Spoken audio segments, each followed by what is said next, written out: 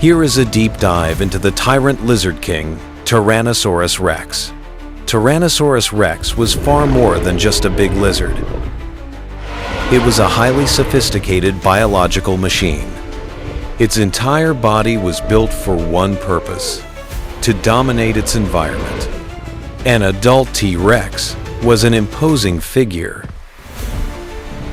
measuring up to 40 feet, 12.3 meters long, and standing about 12 to 13 feet, 3.6 meters tall, at the hip.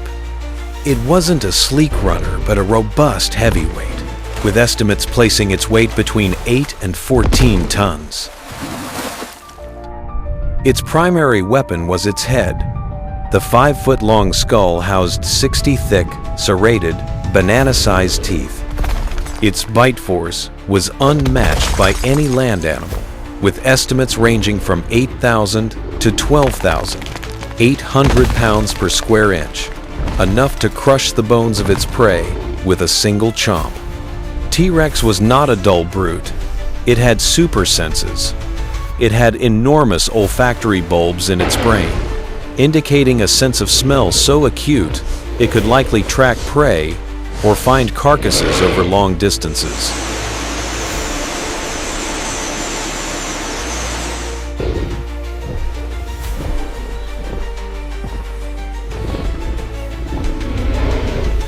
Its eyes were large and, crucially, forward-facing.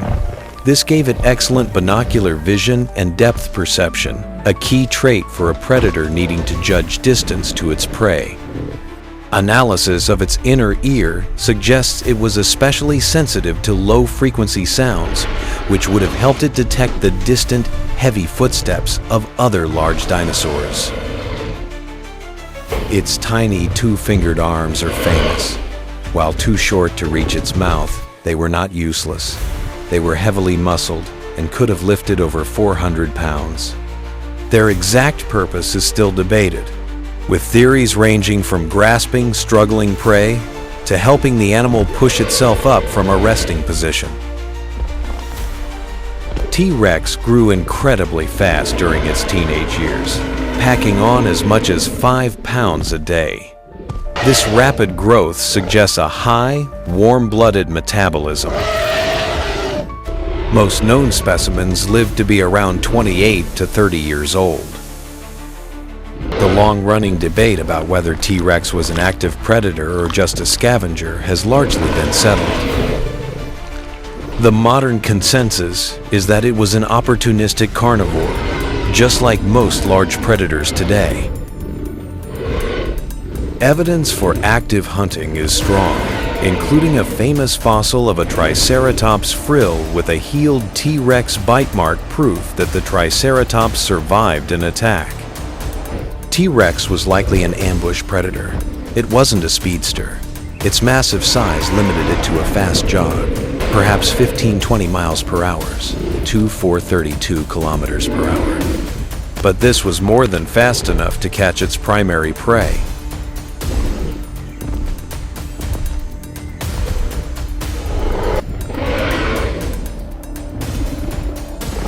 It would have used its keen senses to locate a target, close the distance, and end the fight quickly with a single, catastrophic, bone-crushing bite. Its ecology also appears to have changed as it grew. A lanky, fast-moving juvenile T-Rex would have hunted smaller prey, while the massive, powerful adults were built to take down megaherbivores like Edmontosaurus and Triceratops. Tyrannosaurus rex was one of the very last non-avian dinosaurs. It lived at the end of the late Cretaceous period, between 68 and 66 million years ago, in a region known as Laramidia, modern-day Western North America. Its fossils are found in the Hell Creek Formation. This was not an arid desert, but a humid, subtropical coastal plain with forests, swamps, and river systems.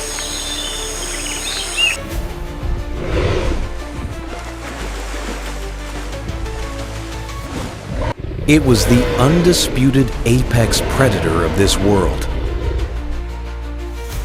Its neighbors included its prey: Triceratops, Edmontosaurus, and Ankylosaurus. It also shared the land with Pachycephalosaurus, Ornithomimus, and smaller raptors. In the skies flew giant pterosaurs like Quetzalcoatlus. The rivers and swamps were filled with crocodiles, turtles, fish, and amphibians, while small mammals hid in the undergrowth. If you're enjoying this journey back in time, don't forget to hit the like button and subscribe for more incredible dinosaur stories. T-Rex ruled this ecosystem for 2 million years, right up until the moment the asteroid struck, bringing the age of dinosaurs to an abrupt and fiery end.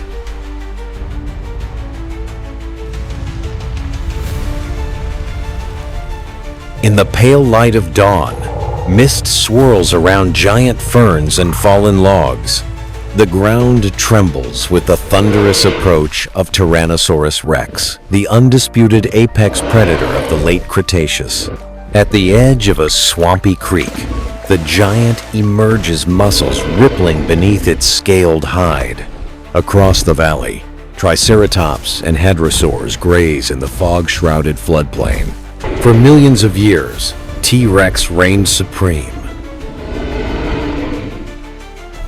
But hidden within the rocks of Montana and Wyoming, a shocking story lies written in bone.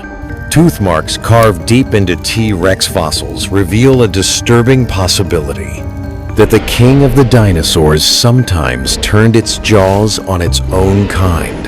In a quiet lab, under the glow of a desk lamp, a paleontologist brushes dust from a fossil. It's a toe bone, a phalange from a Tyrannosaurus rex. Under magnification, long gouges slash across its surface. They are not cracks of time, but bite marks, deep, serrated grooves from enormous teeth. In 2010, researcher Nick Longrich examined this very fossil from the Hell Creek Formation, and his conclusion was startling. The only creature large enough to inflict these wounds was another Tyrannosaurus rex. Soon, more examples emerged. A total of 4 fossils, 3 foot bones and 1 upper arm, all scarred with identical bite marks, each from different individuals, each telling the same story. The markings were unmistakable. Each trench showed striations, parallel scratches made by serrated teeth nearly 5 centimeters wide. No other dinosaur of that era possessed teeth like these, and none of the wounds showed any sign of healing. These bites happened after death. This was not a battle between living titans. It was feeding on a carcass, the slow, deliberate act of a scavenger stripping flesh from bone.